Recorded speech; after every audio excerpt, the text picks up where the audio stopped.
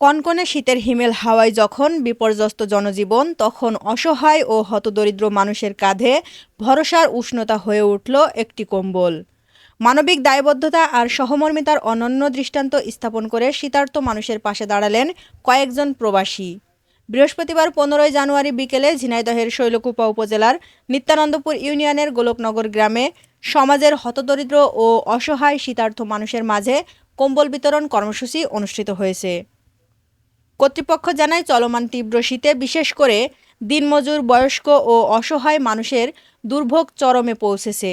এসব মানুষের কষ্ট লাঘবে গোলকনগর গ্রামের কৃতি সন্তান অস্ট্রেলিয়া প্রবাসী জাহিদুল ইসলাম, প্রবাসী মোহন বিশ্বাস ও সুমন বিশ্বাসের অর্থায়নে প্রায় 500 জন নিম্নবিত্ত মানুষের মাঝে শীতবস্ত্র হিসেবে কম্বল বিতরণ করা হয়। হাড় কাঁপানো শীতে উষ্ণ কম্বল পেয়ে আনন্দে মুখর হয়ে ওঠেন উপকারভোগীরা। তারা এই মানবিক উদ্যোগের জন্য তরুণ সেবক সংগঠন সহ সংশ্লিষ্ট সকলের প্রতি কৃতজ্ঞতা প্রকাশ করেন। এ সময় কম্বল বিতরণ অনুষ্ঠানে উপস্থিত ছিলেন স্থানীয় সামাজিক মাতব্বর মতিন বিশ্বাস, কিবরিয়া বিশ্বাস সহ এলাকার বিভিন্ন গণ্যমান্য ব্যক্তি।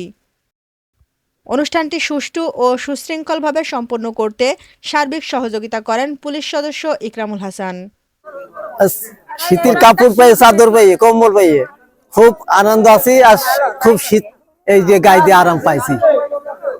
শীতের পরিমাণ কেমন কেমন লাগে এই অবস্থা বলেন তো? শীত বেশি, কম্বল গায়ে দিয়ে আরাম পেলাম।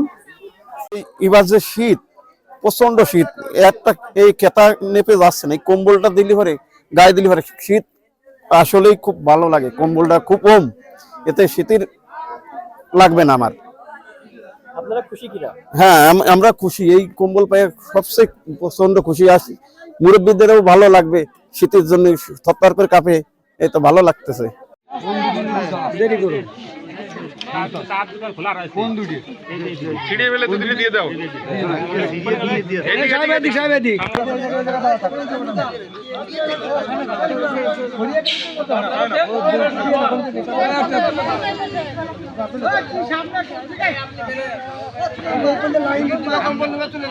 চলে যাবো।